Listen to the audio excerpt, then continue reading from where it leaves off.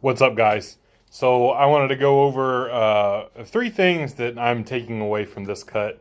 I try to be open-minded when going into any sort of process, be it cutting weight, be it bulking, be it training periodization, my work career, etc. And previous cuts, a long time ago, I learned about intermittent fasting. I learned about if it fits your macros at one point, how to weigh food, track, things like this. Um, and all of that, led me to not having to really track calories and weigh out my food this cut, which was great. But anyway, that's a different video for a different time.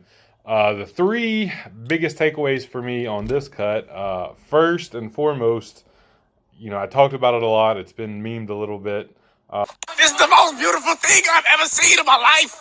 It's watermelon inside a watermelon. Watermelon. Watermelon. I've always liked watermelon. It's fucking delicious. But I never really sat down and look at the macros on it, the micros on it, and just how much you can eat of it for very little calories. And 7 pounds of watermelon can be had for right at 1,000 calories.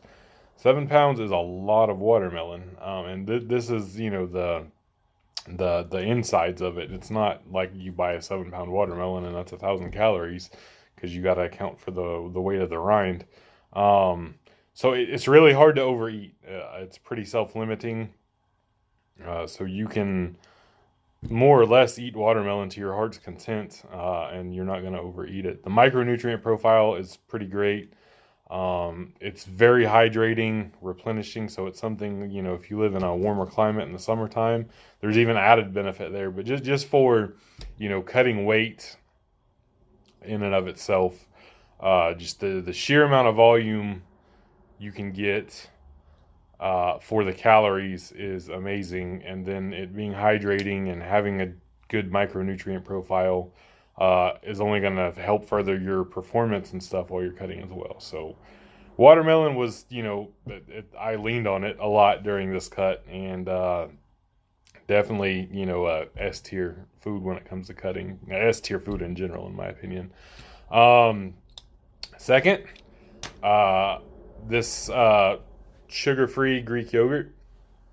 Now I get the Simple Truth. It's the Kroger store brand, because it's like $2 cheaper. But Chobani makes a sugar-free Greek yogurt as well. It's more available elsewhere. And the macros on it are just absolutely insane. For the whole tub, 2 pounds of Greek yogurt. You want to talk about something that's filling? 2 pounds of Greek yogurt will stick to your fucking ribs. 350 calories, no fat, 75 grams of protein, and a minuscule amount of carbs. It shows 7 total carbs, but 5 grams are the erythritol, which is the weird sugar alcohol that your body doesn't absorb or whatever. So, if you're one of those clean eating hippies, or ancestral, whatever the fucking primal shit y'all got going on, may not be for you. If you're a regular person who can think for themselves and isn't part of a cult, this may be a good tool to throw in your toolbox. Again, 2 pounds, the whole tub, for only 350 calories and 75 grams of protein. You could eat 4 of these in a day, right? And you're only at 1,400 calories and 300 grams of protein.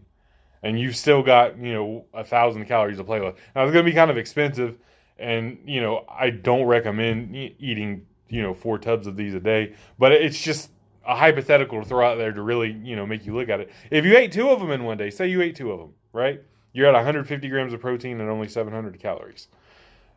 You've got so much caloric cushion there to go eat a pint of ice cream or something like that, and, satisfy a craving if you're somebody who likes, has cravings like that, and not cheat on your diet. This is such a great tool. I eat it very regularly. It's been a staple for me since I found out about it. I was watching one of those Muscle and Fitness shopping with a bodybuilder bro videos, And he pointed it out, and I was like, holy fuck the macros. Because, I'd had plain non-fat Greek yogurt. That's been a staple for me for years, but I didn't know the sugar-free version existed. And like I said, just those are like godly macros for the volume and, the protein and the lack of calories. It's just absolutely insane. So highly recommend that. It's been huge for me.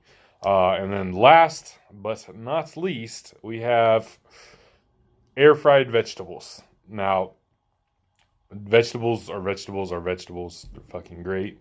Again, unless you're some carnivore cultist who, they're now shunning vegetables, which is fucking weird. Vegetables are great. I've always bought the steam and bag vegetables. They're easy. You just throw in the microwave for 5 or 6 minutes. Throw some salt, garlic salt, whatever on them when they're done. And, they're good. But holy fuck. Putting them in the air fryer takes it just to a next level. And what I do is I steam them in the bag and, cook them that way. Then I take them out of the bag, throw them in the air fryer.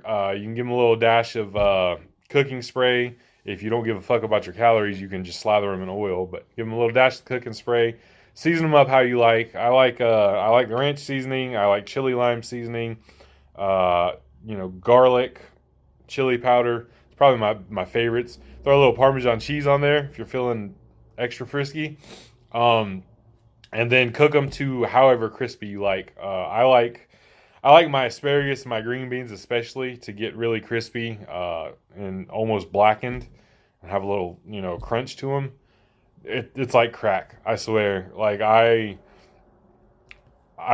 always liked broccoli. I've always liked green beans. I've always liked asparagus.